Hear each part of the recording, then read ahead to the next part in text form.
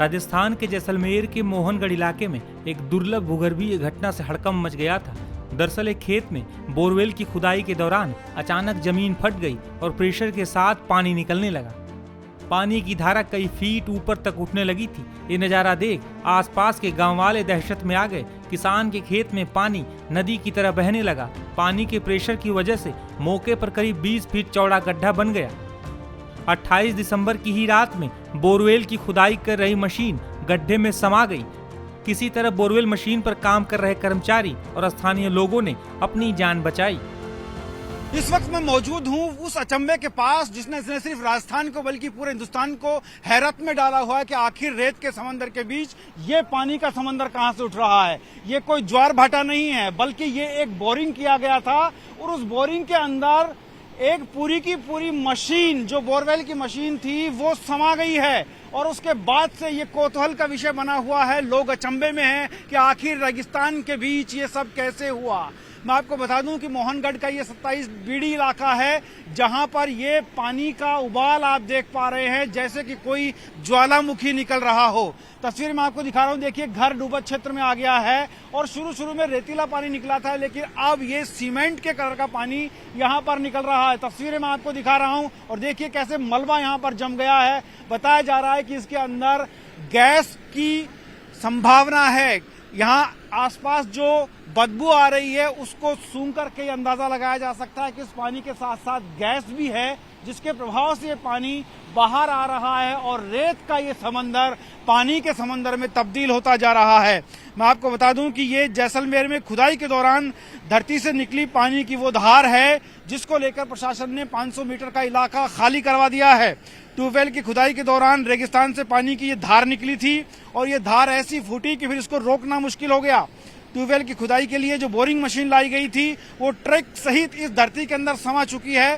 तकरीबन 850 feet borewell की खुदाई की गई थी और उसी दौरान ये जमीन फटी। शनिवार सुबह करीब 10 बजे जैसलमेर के मोहनगढ़ स्थित 27 बीडी के 3 जोरा माइनर के पास ये पूरा घटनाक्रम है। हालांकि बहुत नजदीक इसके नहीं जाया जा सकता है, लेकिन टाइम्स नाउ नव भारत आपको वहां की तस्वीरें दिखा रहा है जहां से अभी तक तस्वीरें नहीं ली गई हैं। तस्वीरें आप देख सकते हैं, सामने आप देखेंगे कि किस तरीके से पानी उबाल मार रहा है और उसका क्षेत्र लगातार बढ़ता जा रहा है। आसपास के खेत पानी के अंदर डूब चुके हैं। रेतीला इलाका है, लिहाजा पानी पूरा अंदर की तरफ समा जाता है, लेकिन बावजूद इसके तस्वीरें आप देखेंगे जो मशीन अंदर समाई थी उसका एक अंश भी वहां कोने पर दिखाई देता है। आप लास्ट में जरा जूम करके दिखाएं भवानी, जब ये फवारा सा नीचे बैठेगा उस दौरान वहां उस हाथ पर वो दिखाई देता है, वो मशीन जो इसके अंदर डूबी थी उसका एक किनारा यहाँ पर दिखाई देता है, लेकिन पूरी मशीन इसके अंदर समा गई है। एक बोरवेल किया गया था और ये एक सैलाब उमड़ाया है। एक लंबा चौड़ा इलाका इस पानी की जद में आ गया है। 850 फीट खुदाई के बाद अचानक प्रेशर से ये पानी निकला है और ये धार जमीन से तकरीबन 4 से 5 फीट ऊपर तक देखी जा रही है। प्रशासन सकते में है, तमाम अधिकारी सकते में हैं, यहाँ के लोग बाग सकते में हैं कि आखिर ये क्या हुआ कि खुदाई कर रही 22 टन वजन की मशीन इस ट्रक के साथ गड्ढे में धंस गई है। तस्वीरें आपको दिखा रहे हैं, बोरवेल से गैस भी निकल रही है। ओएनजीसी के अधिकारियों को मौके के निरीक्षण के लिए बुलाया गया है। तमाम अधिकारी यहाँ पर है। बाड़मेर स्थित केयर्न जो एनर्जी है वेदांता की, वहाँ की टीम से भी संपर्क किया गया और 2 सदस्य यहाँ पर पहुंच गए हैं। पानी को रोकने का कोई प्रयास यहाँ पर नजर नहीं आएगा क्योंकि इस पानी को रोक पाना संभव नहीं है।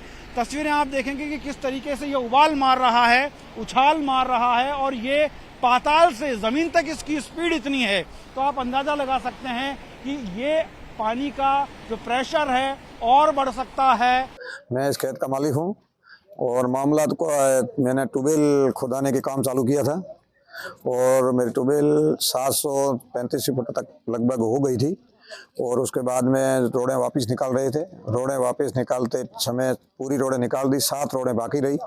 उस टाइम अचानक ही कोई विस्फोट हुआ और पानी छलांगे देने लगा ऊपर और वो पानी कम से कम 50-60 फुट होने लगा। उसके बाद में चौड़ा सा गड्ढा बन गया और पानी उछालने देने लगा। फिर हमने तो हमारी कूद के जान बचाई, सबको एक दूर लिए कि भाई आप सब दूर हो जाओ तो जान बच जाएगी, सब कुछ बढ़िया होगा।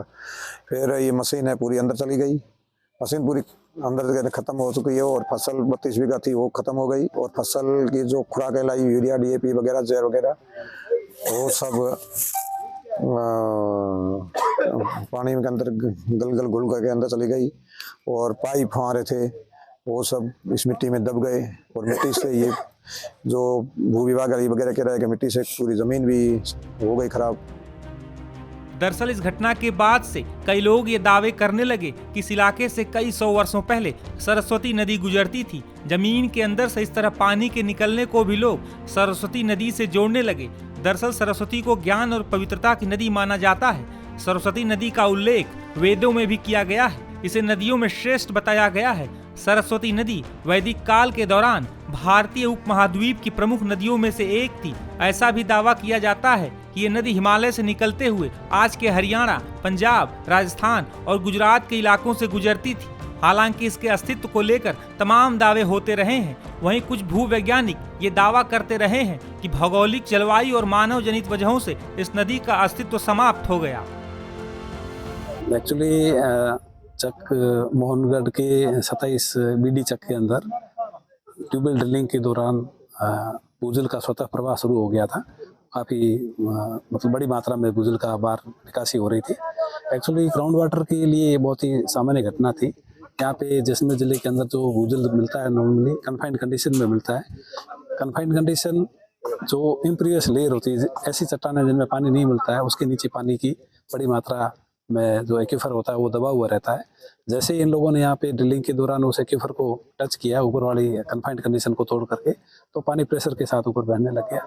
2 दिन तक ये स्थिति रही थी, लेकिन आज वो स्टैटिक जो वाटर लेवल जो यहाँ का था उसको मेंटेन करने होने की वजह से यहाँ के पानी की आवक रुक गई है।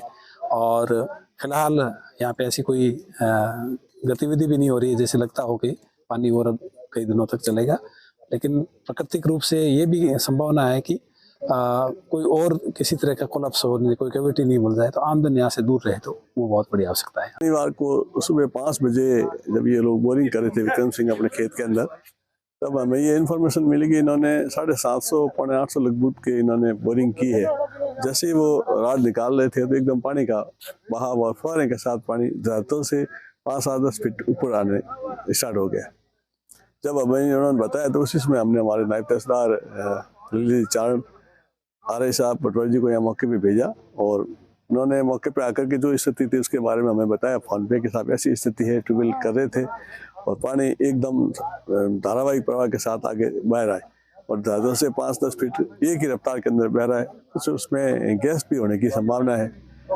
जब इस प्रकार की रिपोर्ट हमें ये प्राप्त हुई तो हमने हमारे जिला कलेक्टर महोदय SDM साहब को भी अवगत कराया, तो उन्होंने भी स्थिति का जायजा लेते हुए ONGC, ऑयल इंडिया, KNRG के वैज्ञानिकों से प्लस यहाँ के जो भूजल वैज्ञानिक है नांदा जी, इनको भी यहाँ भेजा कि आप जाकर के मौके पे जाकर के देख के बताओ क्या स्थिति कैसा है। तो इन लोगों ने यहाँ आकर के जब पानी के और इस जो सैंपल वगैरह लिए और टेस्ट के लिए वहाँ भेजा है, तो कल दिन भर ये पानी का बहाव चलता रहा। रात को करीब 10:30 बजे ऑटोमेटिक प्रकृति से ही धीरे धीरे पानी बंद हो गया। लगभग 40 घंटे एक साथ एक ही रूप के अंदर पानी ये बहता रहा। आज सुबह श्रीमान जिला कलेक्टर महोदय यहाँ पधारे, यहाँ करके इन्होंने स्थिति का जायजा लिया, देखा कि काश्तकार की करीब 25-30 बीघा जमीन जिसपे जीरे की फसल बुआई की हुई थी उस पूरे पे खेत पे पानी भरा हुआ है, प्लस जो मशीन बोरिंग के अंदर काम ली जा रही थी वो, और जो भी उसका सामान था वो पास में जो गहरा गड्ढा है उसके अंदर करीब 50 फीट गहरा चला गया है।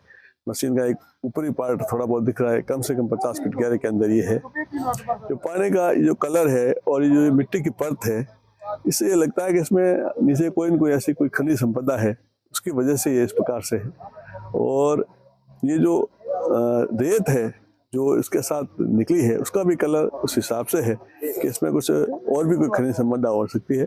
तो आज और जोधपुर से ONGC की, ऑयल इंडिया की और KNRG की कंपनी आ रही है, वो सब सैंपल कल भी लेके गए, आज भी लेके लाएगी। इस पर कोई रिसर्च करके और शाम को 5-6 बजे कलेक्ट्रेट में रिपोर्ट देंगे, उसके बाद ही इस पर कुछ निर्णय किया जा सकता है। खेत के मालिक को हमने खुद ने और जिला कलेक्टर महोदय ने इस पाबंदी किया है कि जब तक कोई रिपोर्ट नहीं आए तब तक आप जिस स्थान पे ये ट्यूबवेल हुई है उस स्थान को छेड़छाड़ नहीं करें, नई मशीन बाहर निकालने की कोशिश करें, क्योंकि हो सकता है इसमें और कोई ऐसी गैस हो या और कोई किसी कारण से पानी बंद हुआ और हो सकता है वापस दोबारा स्टार्ट हो जाए। तो फिलहाल हमने इसको रोक रखा है, स्थिति नियंत्रण के अंदर है। यहाँ हमने अस्थायी तौर पे पुलिस चौकी लगा रखी है, प्लस हमने परसों ही आम पब्लिक को पाबंद कर दिया था कि जो ये घटना घट रही है उसके 500 मीटर के दायरे के अंदर कोई व्यक्ति आए नहीं, न अपनी कोई मवेशी आने दे, क्योंकि हो सकता है ऐसी कोई जनहानि हो जाए। फिलहाल स्थिति नियंत्रण में है, कंट्रोल में है, पानी बंद हो गया है।